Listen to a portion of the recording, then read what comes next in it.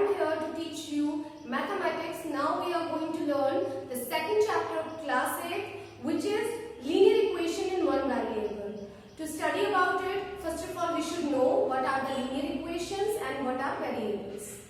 So variables क्या होते हैं? देखिए, किसी भी इक्वेशन में अनडिफाइंड जो आपको सिंबल्स दिखते हैं उनको आप क्या बुलाते हैं? वेरिएबल्स बुलाते हैं। इंग्लिश अल्फाबेट में पाए जाने वाले ए से लेकर जेड तक के जितने भी अल्फाबेट्स होते हैं ये सभी एज अ वेरिएबल इस्तेमाल किए जाते हैं इस चैप्टर में। ठीक है, तो वेरिएबल्स जो होते हैं वो इंग्लिश अल्फाबेट्स जितने भी पाए जाते हैं ये क्या होते हैं? वेरिएबल्स होते हैं। ठीक है, अब इसके बाद आपको जब ये वेरिएबल्स क्या होते हैं? कोएफिशिएंट्स।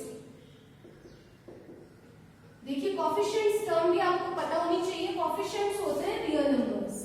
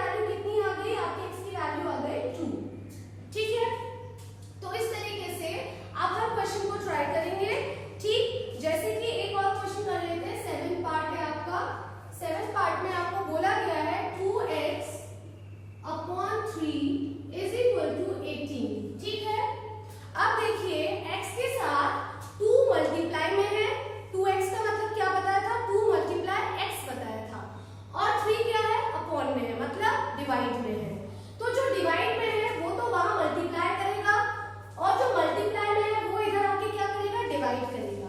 ठीक है, तो x इज इक्वल टू क्या हो जाएगा, 18 के साथ कौन मल्टीप्लाई करेगा, 3, और कौन डिवाइड करेगा, 2। तो 2 से 18 कितने टाइम्स कैंसिल होता है, 9 टाइम्स। तो x की वैल्यू क्या आ गई, 9 3 जा 27। ठीक है, इसी तरीके से आप इस पार्ट के जितने क्वेश्चंस हैं उन सभी को ट्राई करेंगे। ठीक है, अब देखिए आपको फर्स्ट एक्सरसाइज के बाद मैं सेकंड एक्सरसाइज के कुछ क्वेश्चंस बता रही हूँ, ठीक है, जिनको आपको ट्राई करना है। ठीक, तो सबसे पहला क्वेश्चन है आपका, if you subtract 1/2 from a number and multiply the result by 1/2 you get 1/8, what is the number. देखिए सेकंड एक्सरसाइज में आपको स्टेटमेंट दिए हुए हैं और स्टेटमेंट की मदद से आपको क्या बनानी है, लीनियर इक्वेशंस बनानी है, और फिर लीनियर इक्वेशन को सॉल्व करना भी आपको एक्सरसाइज इससे पहले की एक्सरसाइज में आपने सीखा है कि कैसे अगर कोई वेरिएबल आप अज्यूम करते हो x y तो उसका वैल्यू कैसे निकलता है। ठीक है, तो इसमें इन क्वेश्चंस को कैसे करते हैं, इन क्वेश्चंस में आपको जिस नंबर के बारे में पूछा गया है सबसे पहले आप उस नंबर को क्या कर देते हैं, कोई वेरिएबल लेट कर लेते हैं। ठीक है, तो इसमें नंबर पूछा गया, व्हाट इज द नंबर, तो आप लेट कर लीजिए, लेट द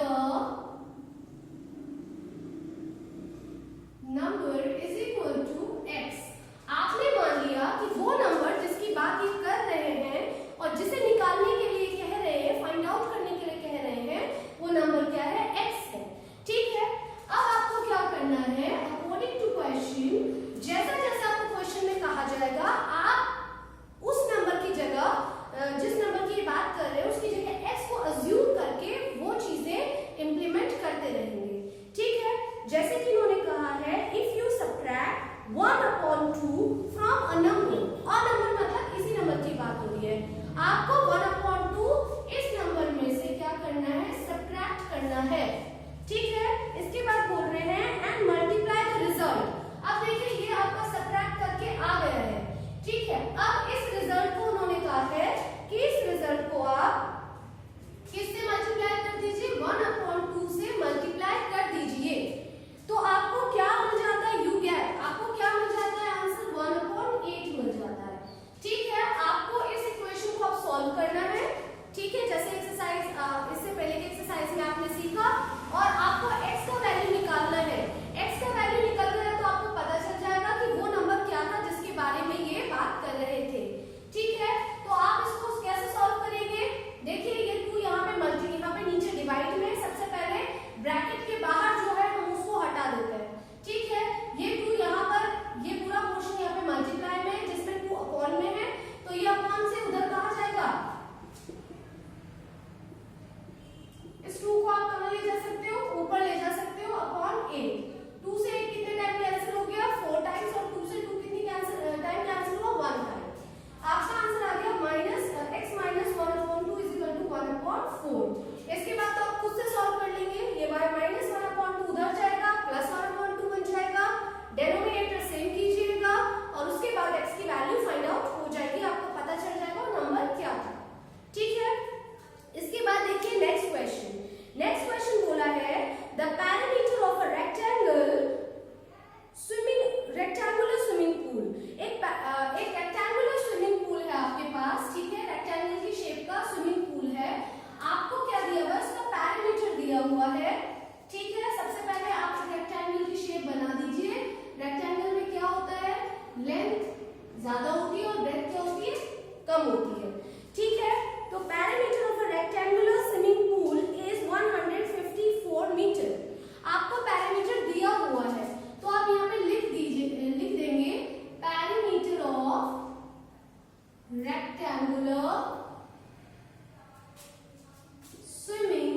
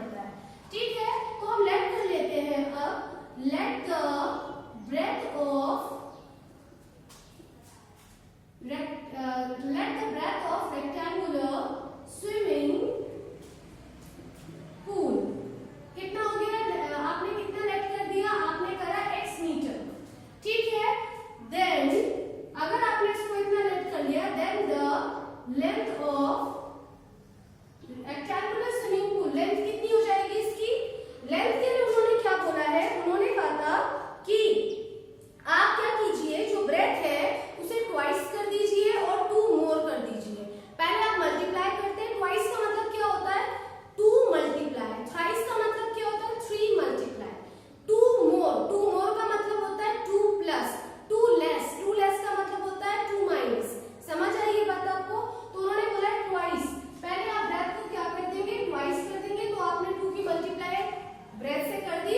उसके बाद उन्होंने कहा है कि इसी को 2 मोर कर दीजिए, ठीक है? तो आपने इसको 2 मोर कर दिया, ठीक है? तो ये आपकी लेंथ आ गई। अब देखिए, जो वैल्यू आपको गिवन है वो आपकी मदद के लिए गिवन है, और अगर उस वैल्यू की कोई आइडेंटिटी है तो आप उसका इस्तेमाल कीजिए, ठीक है? रेक्टेंगल में पैरामीटर का फॉर्मूला क्या होता है? तो आप यहाँ पे लिखेंगे पैरामीटर ऑफ रेक्टेंगल कितना होता है? 2 ब्रैकेट L प्लस B होता है, ठीक है? तो आपको रेक्टेंगल के पैरामीटर का वैल्यू ऑलरेडी गिवन है। आपको कितना दिया हुआ है? 154 मीटर दिया हुआ है, ठीक है? और आपके पास लेंथ ब्रेथ भी आपने अभी निकाला हुआ है, आप वही रखेंगे। 2 ऐसे रहेगा, ब्रैकेट भी ऐसे आएगा, लेंथ की जगह क्या आ जाएगा? आपने लेंथ कितनी निकाली है? आपने निकाली है 2x प्लस 2। अब लेंथ के बाद यहाँ पे प्लस है, तो यहाँ पे भी आप प्लस लगा देंगे, ब्रेथ की जगह क्या आ जाएगा? x आ जाएगा, ठीक है? अब इसके बाद आपको क्या करना है? 154 मीटर, देखिए ये ब्रैकेट के बाहर है, ठीक है? आप इसे ब्रैकेट के बाहर से ही हटा दीजिए, मतलब सॉल्व कर दीजिए। ब्रैकेट के बाहर होने का मतलब होता है मल्टीप्लाई में होना, और जो मल्टीप्लाई में होता है वो अपनी जगह जब चेंज करता है, अपनी साइड जब चेंज करता है तो वो डिवाइड कर देता है। तो ये यहाँ पे आके डिवाइड कर देगा, यहाँ बन जाएगा 2x। देखिए इसको सॉल्व कर लेते हैं। 2x और x, जब 2x में एक और x जुड़ा तो कितने हो गए? 3x हो गए, ठीक है? और प्लस में क्या है? 2 है, ठीक है? अब इसके बाद आपको क्या करना है? इसमें 2 ने 154, ये दोनों इवन नंबर्स हैं, इसका मतलब ये कैंसिल हो सकते हैं। 2 से 154 कैंसिल होता है कितने टाइम्स? 77 टाइम्स। तो ये आ गया आपका यहाँ पर